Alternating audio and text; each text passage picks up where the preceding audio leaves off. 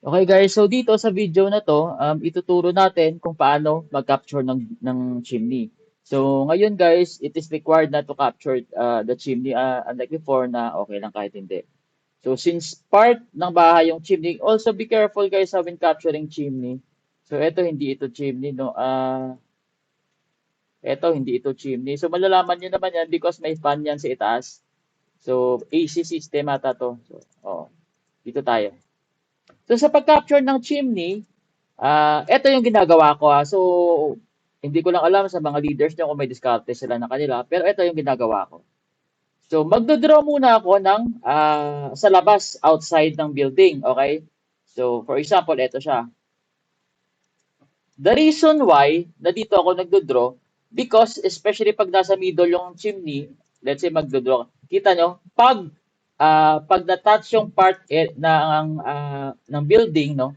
Pag nag-touch kayo dyan, especially for example dito, yan, kita nyo, pag nag-F kayo, tabingi yung result niya. So, I suggest pag nag-draw kayo, start kayo sa labas kasi pwede naman niyang i-adjust. Okay. So, ito siya. Drag natin, adjust, lagyan ng wall, lipat sa kabila. Okay, hanapin natin. So, ito drag. So, take note, okay, yung chimney, bawal yang sobra yung wall. So, dapat kung ano yung wall ng main building, dapat ikakopy din natin sa chimney. So, how to copy, okay?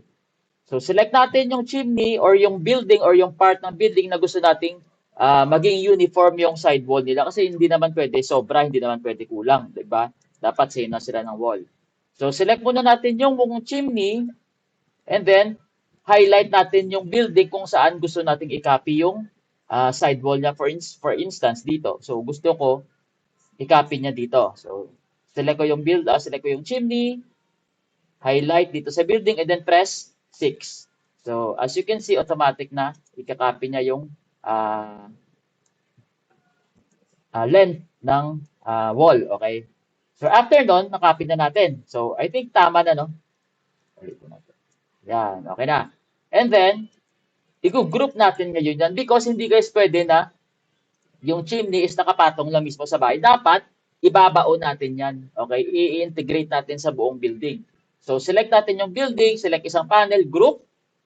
For grouping pala guys, okay, for grouping, no need to highlight everything and then i-form mo lang. So, highlight ka lang ng isang panel. As long na magkakadikit-dikit sila, gagana yan. So, click ko to, 4, and then F4 for autofix. Hayaan natin si autofix na gumawa ng magic niya para i-integrate yung chimney. Kita nyo, as you can see, automatic na in-integrate or in-insert ni autofix yung chimney natin. So, ito yung proper way sa pagdraw ng chimney. Okay, salamat!